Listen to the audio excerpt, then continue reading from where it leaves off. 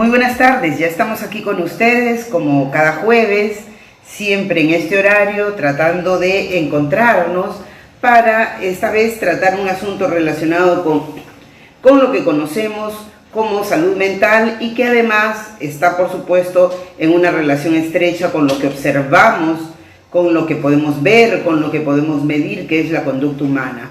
Entonces quería esta tarde pasear un poquito con ustedes a través de cuáles son nuestros comportamientos, a través de cuáles son nuestras conductas e identificar a partir de allí algunos rasgos importantes, algunos detalles importantes que pudieran estar revelando el estado de la salud mental que usted tiene en este momento. Usted sabe que en este momento difícil en el que enfrentamos una situación sanitaria de emergencia y que, por cierto, nos ha encontrado en una situación bastante crítica a todos los peruanos, es necesario que sumemos fuerzas para que esta voluntad de defender nuestra salud, esta expresa voluntad que tenemos para defendernos los ciudadanos de a pie, en realidad se pueda concretar. Muy bien, vamos a dar unos minutos para que la gente que siempre se reúne con nosotros cada jueves se pueda ir conectando. Les agradezco a todos los que cada jueves siempre se concentran en este espacio para generar esta oportunidad y compartir información con sus amigos, con sus familiares, con los que puedan ustedes creer que les es útil. Les agradezco entonces que entren a la página, que den ustedes like a nuestra página de CIDIS y que también puedan visitar nuestra página Victoria Crecer, y en el Facebook estamos como Victoria La Cruz Garcés. Ustedes pueden conectarse para que me hagan las preguntas que consideren necesarias. Estamos ahí respondiendo, listas para responder toda clase de preguntas que ustedes nos quieran hacer al respecto. Les agradezco que vayan anunciando sus presencias para poder ir encontrándonos. Sí. Esmeralda Álvarez dice presente. Oh, Esmeralda querida, un abrazo muy grande y 1.000.000 de besos y mucha fuerza para seguir caminando, para seguir avanzando allí donde tú estás, tan lejos del Perú. Sin embargo, sabemos que hay muchos miles de compatriotas que nos ven a lo largo del planeta. Sí. Ada Escobar dice, hola querida Víctor. Hola Dita Escobar, también tan lejos, siempre conectándose como cada jueves. Le agradezco mucho sus aportes y sus contribuciones para que los demás, también amigos y familiares, puedan escucharnos y recibir lo útil que pueda hacerles. Sí. Patricia Janet dice, aquí presente, buenas noches. Hola Patricia Janet, ya sé que tú estás en la noche, así que buenas noches, que el resultado sea siempre positivo. Un abrazo muy grande y gracias por conectarte. Muy bien, ya tenemos algunas personas encontrándose, estamos a la espera de que den ustedes por favor like a la página de CIDIS, revisen nuestro YouTube, también tenemos en CIDIS Perú, están las transmisiones de los videos que hemos hecho desde los primeros, tienen ahí también algunos neurotips que de repente pueden serles útil. Los neurotips tienen que ver con algunos ejercicios que hemos diseñado para la ayuda a fin de enfrentar el miedo, a fin de reducir el cortisol, a fin de reducir un poco nuestros problemas particulares que a lo mejor se traducen en un comportamiento cerebral que de repente nos pone en situación de vulnerabilidad. Existen ahí algunos neurotips que pueden serles útiles, queridos amigos. Visiten por favor la página de YouTube de CIDIS Perú. CIDIS Perú, tal conforme han visto en el enlace, CIDIS con H intermedia antes de la I, de manera que así va a ser perfectamente posible que ustedes pudieran encontrarle la utilidad a estos ejercicios.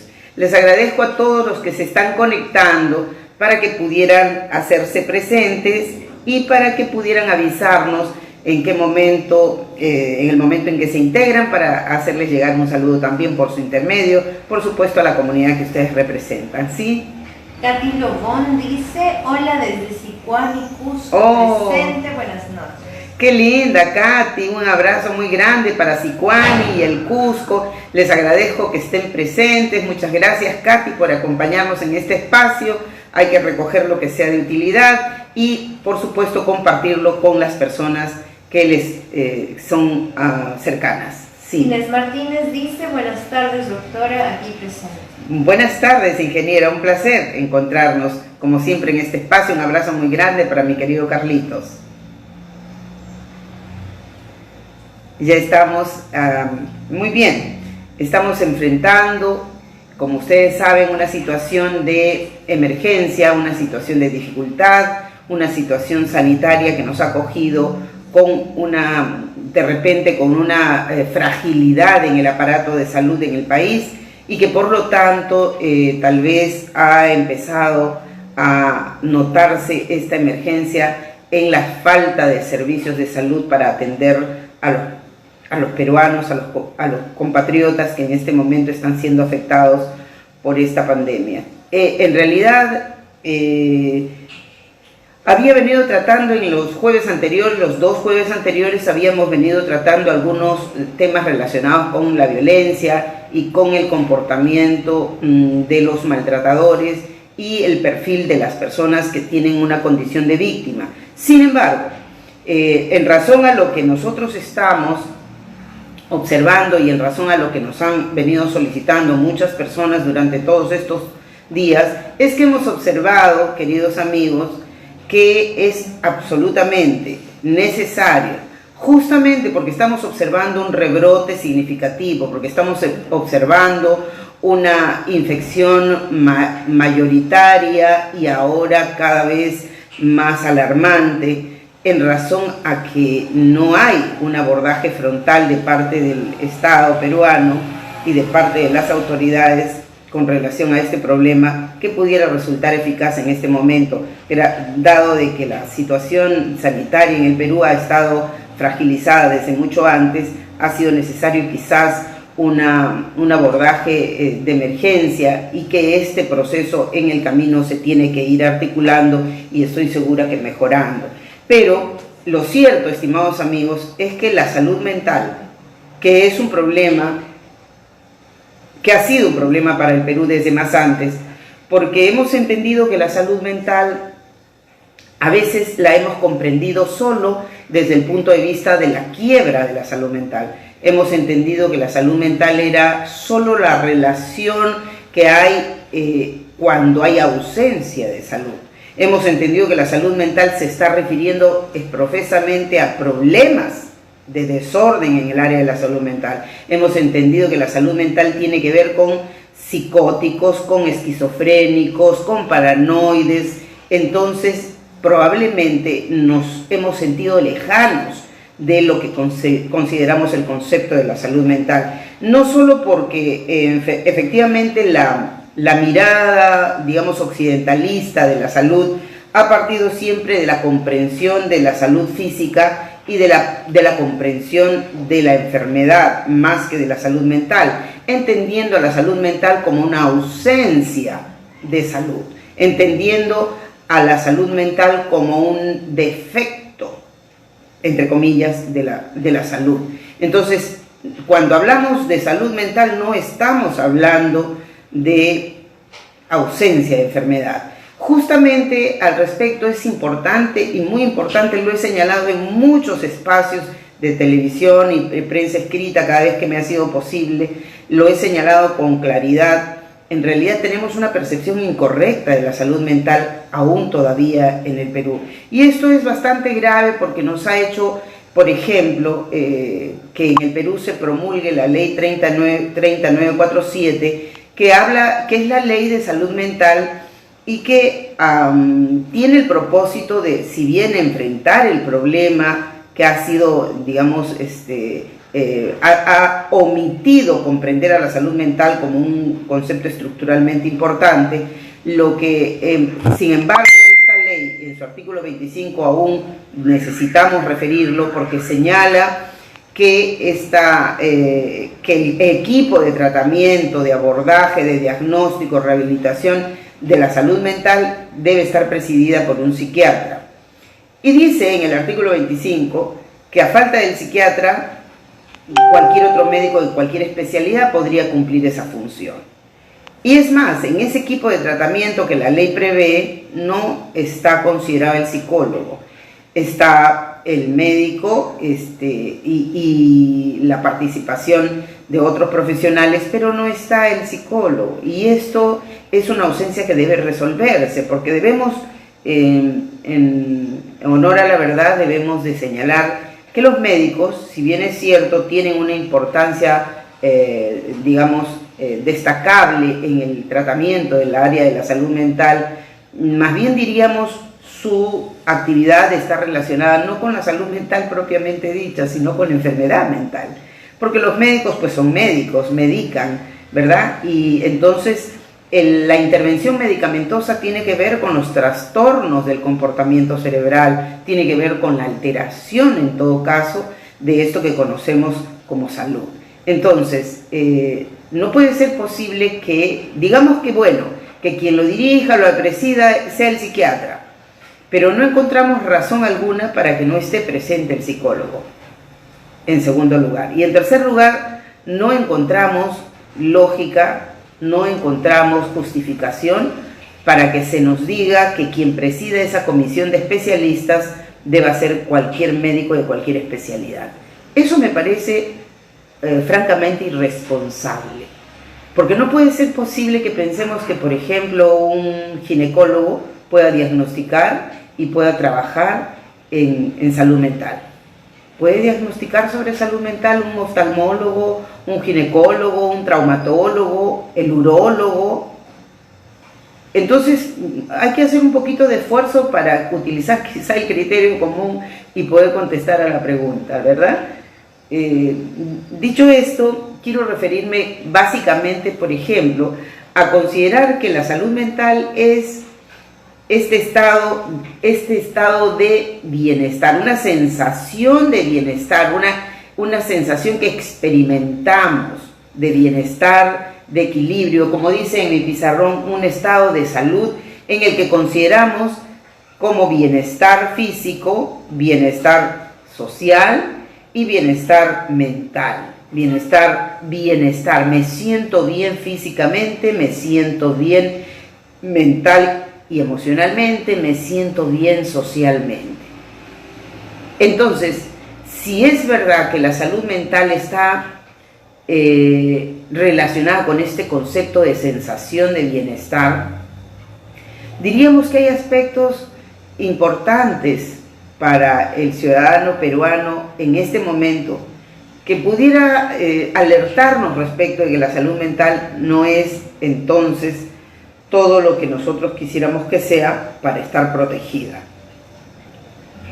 Sí. Amelia Larcón dice, buenas tardes Vicky, desde Surco, viendo tu ponencia como todos los jueves. Muchas gracias, bienvenida mi querida Amelia, un abrazo muy grande. Sí. Lucho Jiménez dice, buenas tardes. Bienvenido Luchito, gracias por encontrarnos siempre allí. Liliana Guamaní dice, buenas tardes, saludos desde Perú, Huancayo. Oh, qué lindo Liliana, un abrazo muy grande y un abrazo gigante para Huancayo y toda nuestra gente que siempre está concentrándose, que siempre está trabajando, que siempre está buscando la oportunidad de hacer cosas más importantes desde su participación y desde su tarea, sí. Mónica Soto Guaranga dice, buenas tardes querida doctora, siempre sus recomendaciones han sido muy favorables.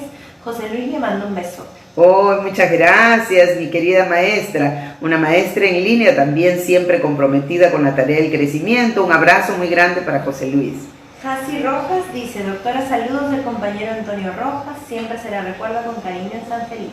Oh, muchas gracias para mi gente linda de Comas y por supuesto para mi queridísimo amigo y compañero y compatriota valiente y un líder comunal, nuestro queridísimo Enrique Rojas. Un saludo muy grande para usted, Jacinta. Sí, Pavel Frank Rosas dice, buenas tardes, me preocupa la gran preocupación por la salud mental en otros países y veo que en el Perú no se hace nada significativo. Muchas gracias, Pavel, muchas gracias por hacer la mención. Efectivamente, estamos en una situación de crisis, lo hemos sostenido desde hace bastante tiempo, aún antes de la pandemia, ya nosotros veníamos solicitando que se declare en emergencia la salud mental. Debo decir, sin embargo, que me causa una sensación de desasosiego quizás el comprender que la salud mental está siendo tratada de una manera muy tangencial y de una manera bastante superficial. ¿Eso qué significa, estimados amigos? Significa que no nos hemos dado cuenta que la salud mental en realidad no es una cosa con la que nacemos los peruanos o los seres humanos en el mundo. La salud mental es un producto, es un resultado, es una resultante. Y hay básicamente algunas condiciones elementales que forman parte de esto que conocemos como salud mental, como ese estado de bienestar físico, social y mental que aludíamos. Hay 3 características que yo quiero subrayar para que nos demos cuenta realmente cuál es esa estructura a la que tenemos que defender. Primero, que parte de ese bienestar que pudiera graficarnos ese estado de equilibrio llamado salud mental es, 1, ser capaces de resolver nuestros propios problemas con autonomía, con la toma de decisiones, ser capaces de resolver nuestros propios problemas, como indica efectivamente, ¿no? Ser capaz de responder y de resolver. En segundo lugar, ser capaces también de trabajar productivamente, de ejercer nuestro tiempo de manera dosificada y responsable para usarlo en el beneficio no solo económico, sino en el beneficio productivo, que significa también articular a través del trabajo la formación y desarrollo de nuestra personalidad. Y en tercer lugar, cómo somos capaces de, a través de nuestro trabajo, a través del ejercicio de nuestras habilidades, tal vez ser capaces de una manera frontal, de una manera tangible, de contribuir con nuestra comunidad. Si nosotros tenemos esas 3 capacidades y las podemos echar en marcha, las podemos echar a andar, las podemos emplear en nuestro beneficio, con autodominio, con capacidad de autonomía, con capacidad para tomar decisiones, entonces estaríamos hablando de que hay una garantía para la salud mental. Pero debo decir, en relación con estos 3 aspectos, estimados amigos, que, por cierto, ¿cómo sería posible que pudiéramos hablar de ser capaces de resolver con autonomía y decisión nuestros propios problemas si ello depende, por ejemplo, de trabajar y llevar el pan a la mesa de nuestro hogar? Y en las condiciones actuales, pues eso es bastante difícil. Primero porque hemos visto al país casi contra las cuerdas por un sistema CAS donde el empleo se volvió en realidad una espada de Damocles. Teníamos un empleo por un mes, ¿no? ¿Cuántos miles de trabajadores pertenecen al segmento CAS, al segmento servir, a los terceros, y han sido contratados en un estado de fragilidad legal que ha hecho que la fragilidad mental y emocional sea una constante para todos los peruanos? Una sociedad en donde el trabajo es más bien casi una hazaña, porque es difícil que la gente pueda acceder a un empleo formal. Por esa razón es que tenemos el 70% de la población económicamente activa organizada en lo que conocemos como empleo informal. También tenemos un segmento significativo en subempleo. Entonces, la situación de señalar esta capacidad para tomar nuestras propias decisiones y resolver nuestros problemas ya no solo depende de nosotros, ¿no es verdad? Depende del medio, depende del Estado, depende de las autoridades, depende de las características de la estructura y superestructura que tenemos. Y esto es, por cierto, un rasgo de vulnerabilidad en la sociedad peruana, eso ya lo sabemos.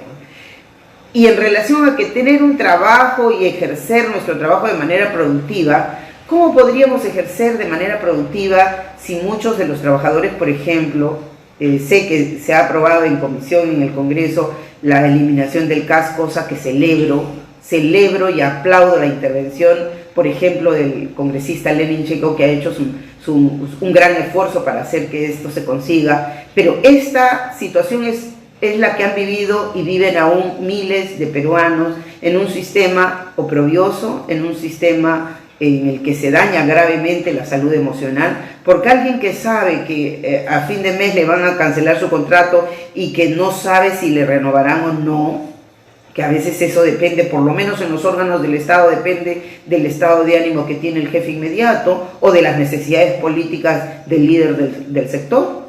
Y entonces eso, ¿creen ustedes que no vulnera, no lesiona, no altera el estado emocional de las personas? Claro que sí. ¿Y eso acaso no pone en riesgo la salud mental de los seres humanos? Pues claro que sí. Entonces tenemos que este segundo elemento que garantiza el equilibrio, el bienestar y la salud mental también puede encontrarse en situación de vulnerabilidad en el Perú. Trabajar productivamente no depende muchas veces de nosotros, de manera individual, depende del estado de cosas en la que nos encontramos, depende de la sociedad, depende de las condiciones en las que vivimos. Y muchas veces hemos podido ver, por ejemplo, cómo los trabajadores informales son perseguidos por los fiscalizadores, por los agentes municipales, por la policía, por el serenazgo, y muchas veces hemos observado no solo abuso, sino también, por ejemplo, la requisa de sus comestibles, de sus productos que están a la venta. Cosas que a veces son de fácil perecimiento y que terminan simplemente acabándose, perjudicando la economía de muchos miles de peruanos. Entonces, esta es una situación que no es tan sencilla. Y lo otro es contribuir, les decía que son 3 características. Lo otro es ser capaces de contribuir con nuestra comunidad, con nuestro colectivo, con nuestro barrio, con nuestro poblado. Y aquí sí debemos decir que esto tiene que ver, por supuesto, con el afán de solidaridad, con el afán de fraternidad, con el afán de contribución, con el espíritu colaborativo que muchos miles de peruanos a lo largo y ancho de la República lo han expresado. Pero claro, ustedes me dirán, pero esto es una condición personal, la traemos por herencia, si el papá es generoso, entonces yo también lo seré, pues no tanto, porque en realidad ustedes deben de reconocer en este punto que esta característica de ser solidarios o fraternos o colaborativos en realidad no dependen solo de la persona, no depende de la cuestión filogenética, tiene que ver muchas veces con cómo nos desarrollamos, con cómo nos conectamos, tiene que ver con esto que vamos a identificar dentro de lo que es el perfil ontogenético. Entonces, ser capaces, por ejemplo, de enfrentar la situación crítica y vivir a pesar de eso, revelaría un estado de salud mental. Ser capaces de defender nuestra salud física y mental revelaría un estado correcto de equilibrio y bienestar. Ser capaces de perfeccionar o utilizar y reforzar nuestras relaciones sociales para a través de ellas buscar el beneficio, buscar la conveniencia y el común interés para todos, eso revelaría también un grado importante de bienestar. Ciertamente, hemos podido notar, por ejemplo, estimados amigos, cómo muchas de las personas, a pesar que se les dijo quédate en casa en la primera fase de la pandemia y a partir de la convocatoria que el gobierno central, el ejecutivo hizo, quédate en casa, ¿cuántos miles de peruanos salieron a las calles? En la primera semana, pocos, porque claro, y lo contingente a este extraño fenómeno era responder con miedo y la gente se quedó en sus casas. Pero después de la primera semana empezaron a salir, y luego más, y observamos ahora que ya no estamos en esta primera fase de quédate en casa, porque la segunda fase ya fue, bueno, si sales, sal con cuidado, protégete, cúbrete la boca, cúbrete la cara, lávate las manos, etcétera, ¿no? Y ya estamos enfrentando una tercera fase en la que ya no se nos dice quédate en casa, ya no se nos dice nomás cuídate, sino ahora cuida a tu familia. Es decir, no vayas de visita, no recibas visita de uno, pariente o amigos, etcétera, en tu casa, porque estamos en una situación de fragilidad. Pero a pesar de eso, para nadie es desconocido que muchos compatriotas salen a la calle a trabajar, a comprar, a visitar, en fin, a hacer mil cosas. Y cuando se les ha preguntado por qué salen, si saben que hay un peligro de muerte, dicen, pero yo no me voy a morir de hambre, pero ¿qué voy a hacer si yo tengo que salir a trabajar? Entonces, esta respuesta que nos dice una persona común y corriente en la calle, nos dice, bueno, no me quedo en casa porque si me quedo en casa no trabajo y entonces me muero de hambre. Si salgo a la calle, bueno, trabajo, pero corro el riesgo de enfermarme y enfermándome también me puedo morir, porque sabemos que los miles de peruanos que están muriendo en realidad no es pues una cosa de juego. La gente se muere por esta enfermedad y no se muere solo por la enfermedad, se muere por la enfermedad sumada a condiciones que están siendo concomitantes. La enfermedad más una fragilidad inmunológica, una fragilidad en el sistema inmune, más la grave situación de salud y de la estructura del sistema de salud en el Perú, suma, pues los riesgos crecen y la muerte es la consecuencia. Entonces no es por la enfermedad nomás que la gente muere, es porque tiene un sistema inmunitario fragilizado y además porque el sistema de salud peruano no resiste el tratamiento de este tipo de emergencias. Entonces, esta tríada que está, digamos, sumándose a este aumento indicativo altamente peligroso y alarmante que observamos, tiene que ver con la conducta de los ciudadanos de a pie que se exponen, con la conducta de los ejecutivos del gobierno central, de los gobiernos provinciales, de las regiones y de sus operadores que deben haber trabajado para llevar, por ejemplo, la ayuda, los bonos, los listados, las OPDs que tienen que dar información, que no las tienen actualizadas. Todo eso también es lo visible, la conducta de las personas. Luego también observamos la conducta de ayer nomás observaba en la transmisión de una noticia que habían capturado a fulanos que estaban fabricando, adulterando balones de oxígeno. ¿Se ha dado cuenta usted que esta actitud, esta conducta de las personas, de estos delincuentes, que no les importa el estado de emergencia, la desesperación por la vida y son capaces de vender oxígeno fraguado y por conseguir un poco de dinero, no les importa que la gente muera? Ciertamente no podríamos pedirle pues al psicópata que tenga un poco de empatía con la gente, pues ya sabemos que los psicópatas no tienen empatía, entonces una de sus características es no tener empatía. Entonces son capaces de fabricar este tipo de cosas, pero yo me pregunto, estos psicópatas que son los comunes, pues los carteristas, los asaltabancos, los asaltacasas, son los psicópatas que conocemos en el grueso, ¿verdad? Pero estos que fabrican balones de oxígeno, o que adulteran el alcohol, o que adulteran las medicinas y las venden, no son estos carteristas, no son estos asaltabancos o casas, porque muchos de ellos son ingenieros químicos, muchos de ellos son otras profesiones. Y ellos, mi querida amiga, mi querido amigo, conviven con nosotros, viven entre nosotros, trabajan, entre comillas, entre nosotros. Su trabajo es este debajo de la ley, ese trabajo que hacen quienes falsifican documentos, quienes falsifican allí títulos profesionales, etcétera, que conocemos muchos, y conocemos a muchos profesionales que los usan porque emplean estos beneficios. Entonces sí los conocemos y convivimos con ellos, y muchos viven con ellos. Entonces, escuchaba a un psiquiatra hace unos días referirse, por ejemplo, bueno, pero que los psicópatas en realidad no son enfermos.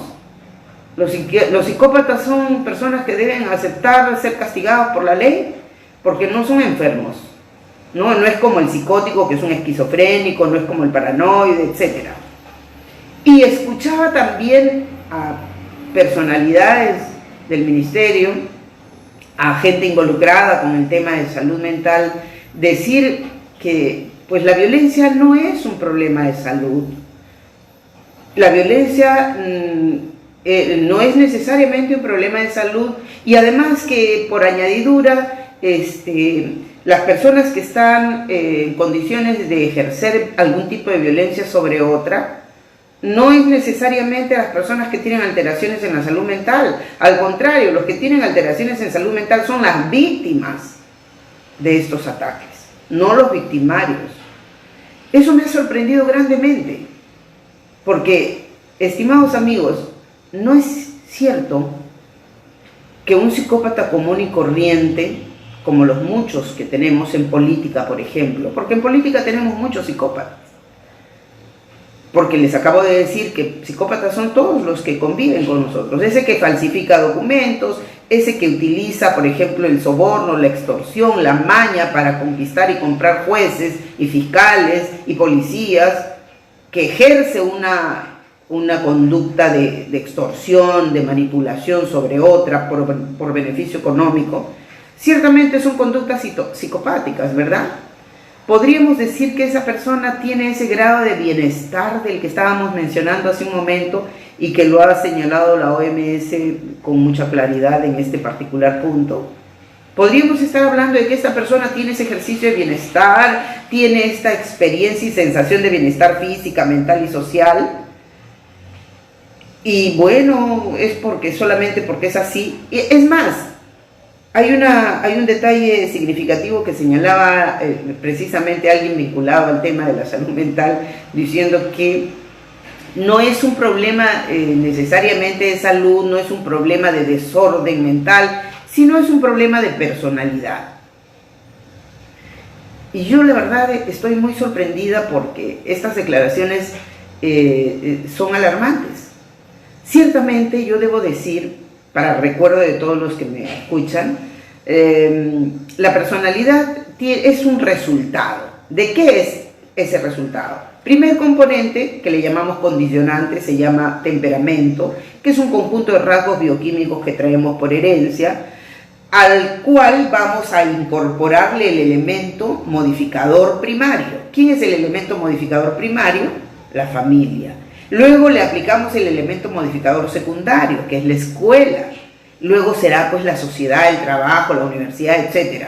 Pero estos factores que son modificadores ejercen influencia sobre este condicionante con el que hemos venido. Este temperamento que traemos un poco de mamá, un poco de papá, no viene así tal cual. Así como decían antes este refrán, genio y figura hasta la sepultura, la gente creía, yo soy así, yo me voy a morir así. No pues, trae usted estas condiciones y el modificador influye sobre estas condiciones, lo transforma, lo cambia, lo corrige y lo convierte en un producto. ¿Cómo se llama ese resultado del temperamento más la influencia del medio social? Se llama carácter. Muy bien, carácter, ¿correcto? Este carácter puede ser adaptado o puede ser desadaptado, pero es un resultado, no nacemos con ese carácter, ¿correcto? Tenemos otro condicionante, traemos por herencia capacidades. Soy capaz de ser ingeniero porque mi papá es ingeniero, soy capaz de ser médico, soy capaz, pero aún no lo soy, ¿verdad? ¿De qué depende? De la influencia del medio social sobre esta capacidad. Si la influencia del medio social, primero el modificador primario, luego el modificador secundario, se hace el trabajo de estimulación, de perfeccionamiento, de reforzamiento, de potenciación sobre ese proceso que se llama capacidades, esa condición, vamos a producir este elemento, este producto. ¿Cómo se llama ese resultado? Capacidad más la influencia del modificador se llama inteligencia. Si entonces tenemos al final este resultado entre carácter más inteligencia, vamos a construir ese producto llamado personalidad. Entonces, ¿la personalidad es con la que hemos nacido? No, pues, no es verdad. Estimado doctor, no recuerdo el apellido que lo había mencionado hace algún tiempo. La personalidad no la traemos. Nosotros traemos los factores contributivos, formantes de la personalidad. Pero la personalidad es un constructo. La vamos construyendo un poco cada día, con lo que traemos y con lo que vamos recibiendo cada día. Entonces, la personalidad es un factor que vamos a encontrar vulnerable. Efectivamente hemos dicho que hay algunos aspectos singularmente importantes en el tema de la personalidad y que no somos solo nosotros los responsables de la estructura de la personalidad. También nosotros, por cierto, cada familia, cada individuo hace su parte en la formación de la personalidad y en el cuidado de ella. Pero si la personalidad es también el resultado de la influencia del medio social, ya no estamos hablando solo de nosotros, ¿verdad? Estamos hablando del medio social, estamos hablando de los medios de comunicación, estamos hablando de la escuela, estamos hablando de cómo miramos las cosas en el contexto donde vivimos, estamos hablando de una serie de elementos que se van a confabular para producir esa personalidad. Entonces, el hecho de que la personalidad sea de tal o cual manera no es solo una responsabilidad individual, es también una responsabilidad del Estado. Por eso lo hemos venido diciendo en todos los tonos, en todos los escenarios. Tenemos que parar de desarrollar una escuela academicista, una escuela para los datos. Necesitamos una escuela para la vida. Necesitamos una escuela que entrene las habilidades de los seres humanos, las potencie y les ayude a desarrollar personalidades saludables. Necesitamos una nueva manera de mirar la salud mental. Dejemos de mirar a la salud mental desde la enfermedad. Dejemos de esperar que la gente en los hospitales o los centros de salud mental esperan que las personas se enfermen y lleguen a los centros, ¿no? Es como el policía que espera el infractor de tránsito para aplicarle la papeleta. Pues estamos acostumbrados a vivir de manera reactiva. ¿Quién se ocupa de la salud mental para que no existan enfermos? ¿Se van a ocupar los psiquiatras de eso? Lo pregunto por el artículo 25 de la Ley de Salud Mental. ¿Se van a ocupar los psiquiatras de eso? No, pues, porque ellos no son especialistas en salud mental, son especialistas en enfermedad mental. Entonces, sí es importante estar saludables, sí es importante tener relaciones sociales saludables, sí es importante ser capaces de enfrentar las situaciones de estrés que la vida nos da con autodominio, con firmeza. Es importante, sí es importante. ¿Nos han preparado para eso? No. Es más, tenemos una ministra que el primer día que juramentó le dijo a la gente que el virus había venido para quedarse. Se olvidó la ministra de que la gente tiene miedo. Y el miedo es un factor que vulnera, que establece una lesión emocional en los seres humanos y los puede fragilizar. Y a aquellos que tienen ya miedo, aquellos que tienen ya depresión, aquellos que tienen trastorno ansioso, ¿en qué creen que se van a convertir? Entonces, esas son las cosas que no podemos seguir tolerando. Esas son las cosas que tenemos que tener en cuenta para resolver. Por eso es que yo decía ahora, ¿cuál relación es esa que existe entre la salud mental y la conducta? La salud mental la expresamos a través de la conducta. Cuando vemos que una persona sale sabiendo que afuera se puede infectar y se puede morir, yo me tengo que preocupar por su estado de salud mental. Porque pues es más importante, claro, obviamente nuestra estructura mental decide qué es lo que más me apremia, a qué le tengo más miedo. Pues la muerte, porque el virus es muerte y el hambre también. Entonces, ¿qué me apremia más? Pues el hambre. El hambre más que el virus. Sabiendo que a pesar de lo dramático que es que te mueras por una pulmonía, o que te mueras por un estado trombótico, o que te mueras por colapsar en un estado fragilizado de sistema sanitario que vive el Perú, te fragiliza si llegas a un hospital, si no hay quien te atienda, si no hay oxígeno, si no hay camas UCI, pues te mueres. Entonces, esta situación, decimos, entonces, ¿qué es primero? ¿Este tigre que me persigue, que es la muerte del hambre, o el otro tigre que me persigue, que es la muerte del virus? Si la persona dice, bueno, me voy a la muerte del virus porque de repente el virus no me alcanza, porque demora menos, o demora más, perdón, porque de repente el hambre demora menos. Esto es un detalle que es muy significativo. Si el hambre demora menos, quiere decir que ya hemos llegado a un nivel extremo de hambre, ¿no les parece? Porque puedo tolerar un día y 2 días y 3 días de repente sin comer, ¿verdad? Pero la gente sabe que la gente que se infecta con virus y tiene su sistema inmunitario fragilizado muere en 2 días. Entonces no es que este sea más rápido que el otro, es que es un acto de desesperación, en realidad, un acto de desesperación. El acto de desesperación no hay racionalidad, no hay razonabilidad. En ese acto de desesperación no hay ese estado de ordenar tus ideas y decidir que estás analizando correctamente y que tomas la decisión. No hay. En ese estado de desesperación uno actúa por consecuencia de nuestras emociones, porque el miedo nos impulsa, porque la amígdala cerebral decidió trabajar en función de eso. Y ahora, ¿qué le doy de comer a mis hijos si tengo que salir a trabajar? Porque si no, ¿qué le doy de comer? Entonces me aflige no solo el hambre, es la desesperación.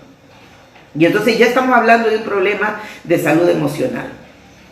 Si además no me protejo lo suficiente, porque le escuchaba a una señora decir, no, que esas son sonceras, que no hay virus, que es un invento.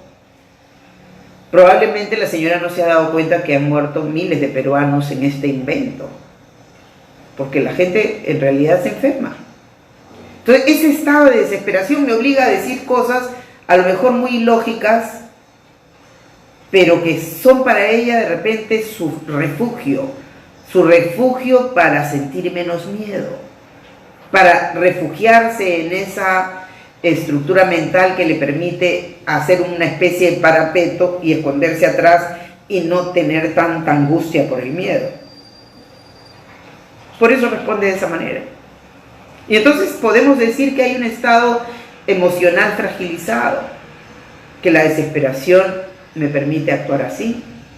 Como este conjunto de personas que fueron encontrados en una fiesta, que habían hecho una fiesta grande, no sé, 30 personas creo en esta fiesta, y llegó la policía y los retuvo y qué sé yo, y escuchaba iracunda a una persona que le decía, pero ¿cuál es el problema? ¿Por qué nos están deteniendo? ¿Acaso nosotros somos delincuentes? ¿Por qué las personas actúan así? ¿Porque van a retar a la muerte? ¿Porque creen que no hay el virus y nada los va a matar? ¿Porque, bueno, no tienen nada por qué vivir? Pues sí, hay una serie de razones ahí. No tengo razones importantes para qué cuidarme, probablemente. Probablemente mis padres no cumplen roles parentales importantes. Entonces, ¿para qué me cuido? No me importa. Y además, me gusta más disfrutar de la aventura.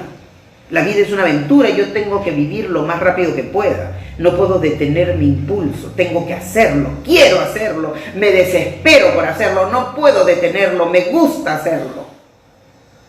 Entonces hay un impulso fuera de control, ¿cierto? Actuamos sobre la base de lo que conduce la amígdala cerebral. Sin el freno, ¿quién pone el freno? En nuestro cerebro lo pone la corteza prefrontal. Pero una corteza prefrontal que nadie ha entrenado, porque déjeme decirle, entre los 7 y 14 años se entrena, se desarrolla, se potencia, se refuerza esa corteza prefrontal. ¿Quién lo hace? Pues debería hacerlo el padre de familia modelador, el padre de familia vigilante, el padre de familia educador, el padre de familia que orienta, que refuerza, que hace modelo, ese padre de familia. Entonces, si el padre de familia no está porque tiene que trabajar desde las 7 de la mañana hasta las 8 o 10 de la noche en la calle, ¿quién lo hace? ¿Sabe quién lo hace? Los medios de comunicación, o la televisión, o el computador. Claro, y ellos lo que hacen es vender para que tú consumas. ¿Qué venden? Pues propaganda política, pues propaganda comercial, pues propaganda para que tú consumas la mayor cantidad de cosas posibles que les llenen los bolsillos a quienes son los dueños de esos productos.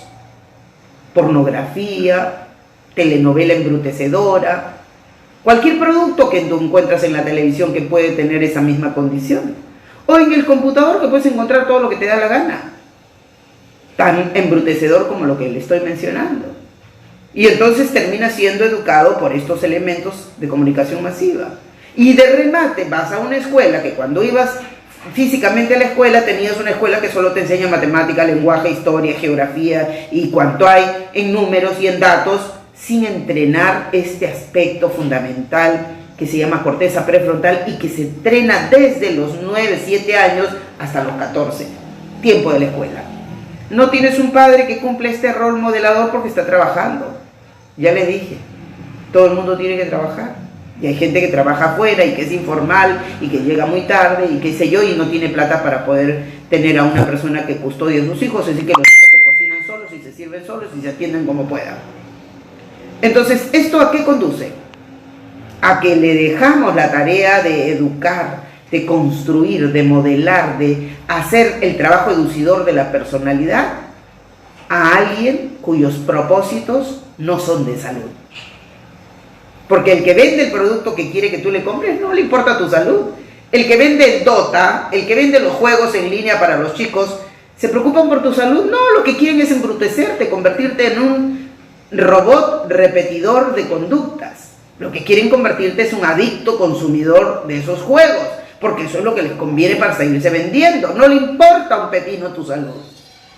Entonces, bueno, ¿Cuántos miles de estudiantes y adolescentes son pues víctimas de estas redes? Igual que lo es el sistema de internet, que tanta información nos puede dar, pero que tanto daño también puede causar, porque la adicción a la pantalla es una amenaza. Es una amenaza, sales del computador, vas a la televisión, sales de la televisión y te pones en el celular. Y entonces hay aquí un ejército de influencias que deterioran gravemente la salud mental del ciudadano de a pie.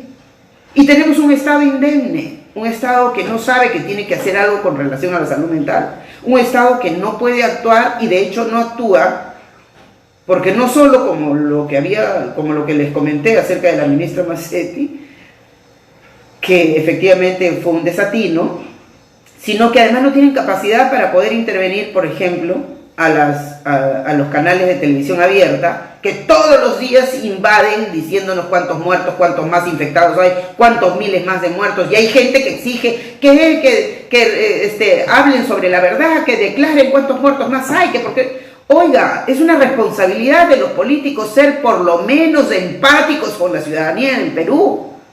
Entonces hay que pedirle a los políticos que dejen de pedir números. Están interesados, sí, los líderes políticos tienen que saber por qué es su tarea. Vaya y entérese con los órganos oficiales, pero no pida que lo lancen por la televisión. Por Dios santo, es un atropello y es una falta de empatía con la salud mental de la población de a pie. Entonces, si tenemos todo este conjunto de cosas sumadas, obviamente, ¿quién entrena a esta corteza prefrontal que debe ejercer freno e influencia sobre la amígdala cerebral para impedir que la conducta salga sin filtro?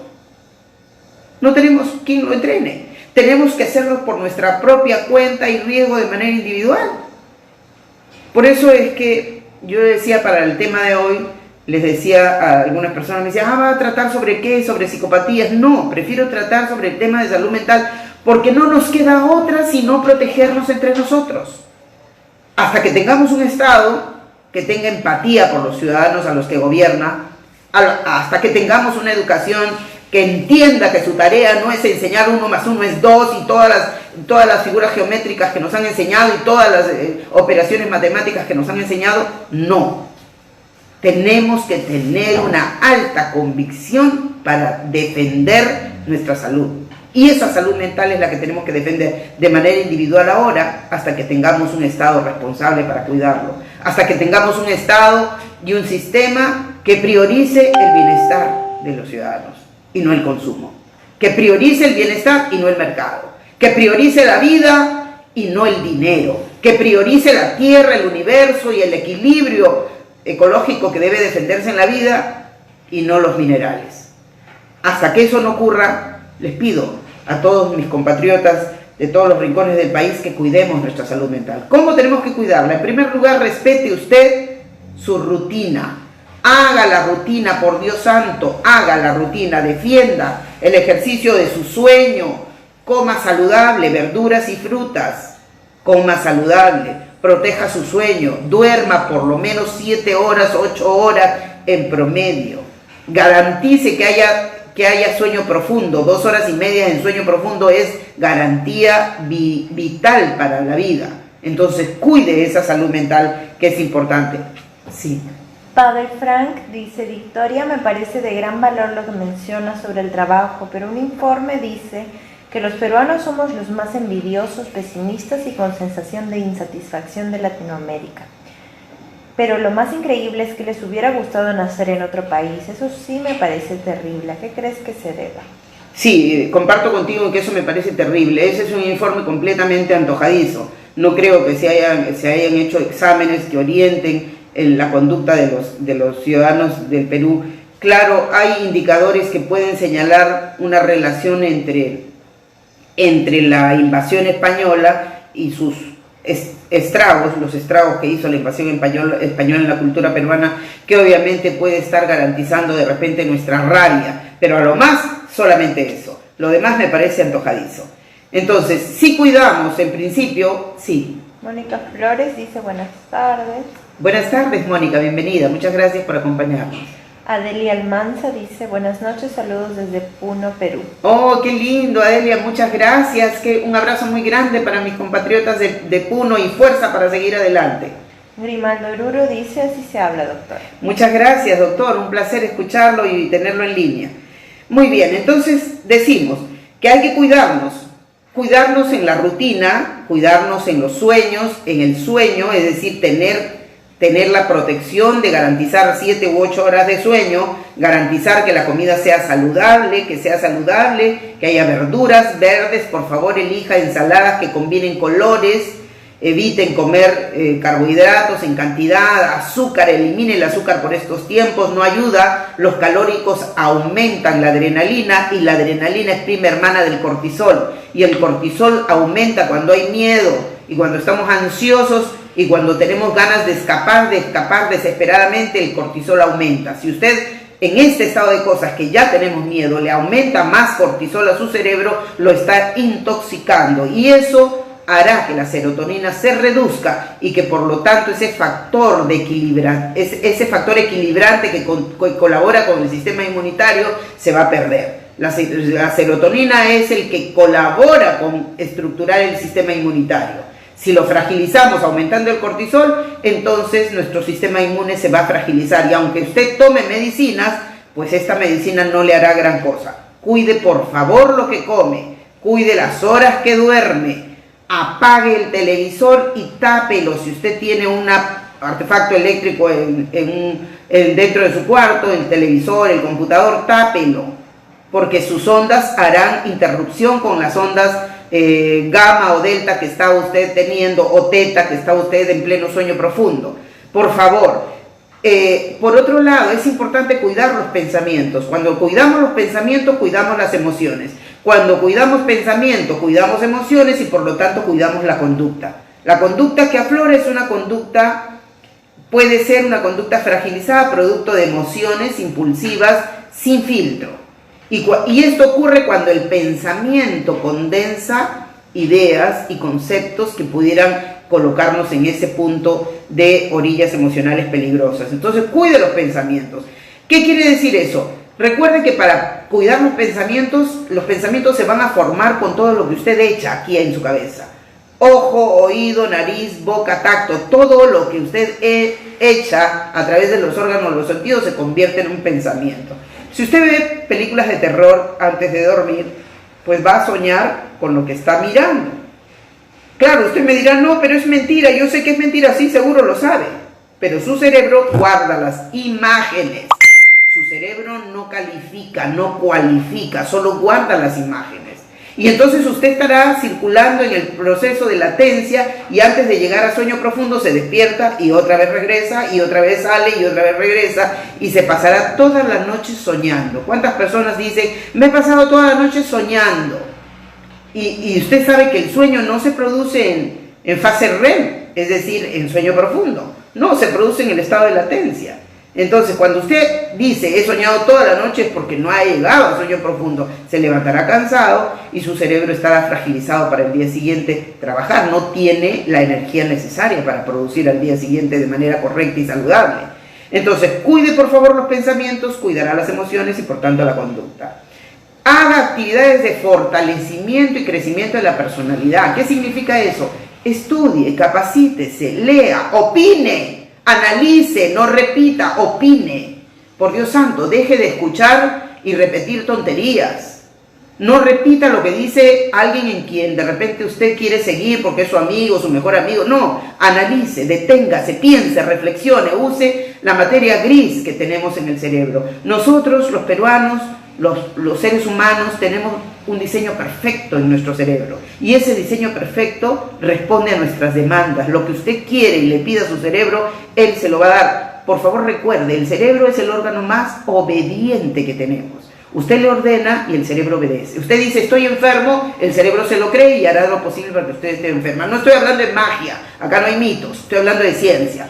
Si usted dice estoy enfermo, me duele acá, me duele allá, entonces el cerebro empieza a producir cortisol porque le da miedo morirse. Y entonces empieza a asfixiarse, entonces empieza a angustiarse, entonces le gana el miedo. Y por lo tanto se fragiliza y por lo tanto se enfermará. Así de simple. No se enferma por la idea, se enferma porque se fragilizó su sistema inmunitario. Entonces, actividades de fortalecimiento, ¿cuáles son? Lea, piense, converse, reflexione, opine, evalúe, analice, exprese su opinión por escrito o exprese su opinión de manera verbal con sus familiares, conversen. Dejen de mirar todo el tiempo la televisión y conversen entre sí, eso es muy importante y muy valioso. Eso hará que su actitud frente a la vida sea una actitud positiva. No sea la actitud de desesperación, no sea la actitud negativista, no sea la actitud negativa de quien destruye, sea una actitud positiva. Como les decía siempre, en este momento es tiempo de solidaridad, es tiempo de construir. Este es un momento de construir, de sumar esfuerzos, de enlazar las manos para juntos salir de este momento. No es momento de cuadrarle las cuentas a nadie, por Dios santo, escúcheme. Ya habrá tiempo de cuadrarle las cuentas y pedirle las facturas a quienes tengan que rendir cuentas.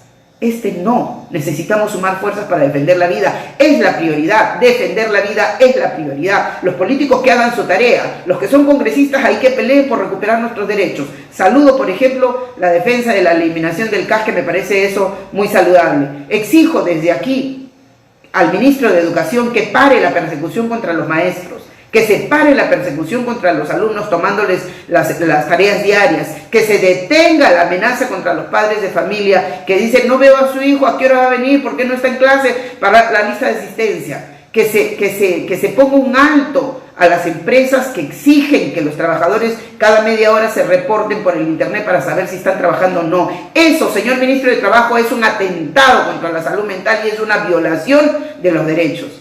Eso, por ejemplo, hay que hacerlo. Los políticos que hagan su tarea, así como hablan para capturar votos y ser elegidos, que ahora hagan su tarea para defender la salud mental de los peruanos, que está siendo fragilizada. Y les pido desde aquí al señor presidente que detenga los medios de comunicación, que pare por favor esa comunicación de decir cuántos muertos hay, cuántos miles más, señora ministra Macetti, que dice estamos sincerando las cifras, ya estamos sacando las cifras. O sea, sincerar las cifras es decirnos cuántos más miles realmente han muerto. ¿A qué? ¿A santo de qué, señora ministra? Señor presidente, le exijo, como peruano, como principal responsable de la salud de los peruanos, pare usted esta amenaza contra las emociones y contra la salud mental de los peruanos. No se puede tolerar que haya esta franca amenaza a través de los canales de televisión abierta. Y les pido a los que estuvieron de alguna manera vinculados con la televisión abierta, Canal 4, Canal 5, Canal 2, los que estén trabajando a través de los noticieros, paren con las noticias aterradoras. Por Dios santo, hace unos días veía que dice que no, ahora el alcohol de 96 es malo y tiene que convertirse en alcohol de 70 y sacan con los de la Fuerza Aérea diciendo que tiene que ser en el laboratorio. Por favor, esto es una burla, no puede ser. Todo el mundo sabe cómo se puede convertir el alcohol de 96 en alcohol de 70, paren ustedes. La noticia por la noticia, sin pensar en cuánto riesgo, en cuánto daño puede hacerle a la salud mental de los seres humanos, es una irresponsabilidad y es un delito. Entonces, no podemos tolerar ese tipo de violencia. Eso es violencia psicológica desde el Estado para con los ciudadanos. Entonces, si no nos queda otra, cuidémonos solos, cuidemos lo que entra por los ojos, oídos, nariz, boca, tacto, escuche música, cante, baile.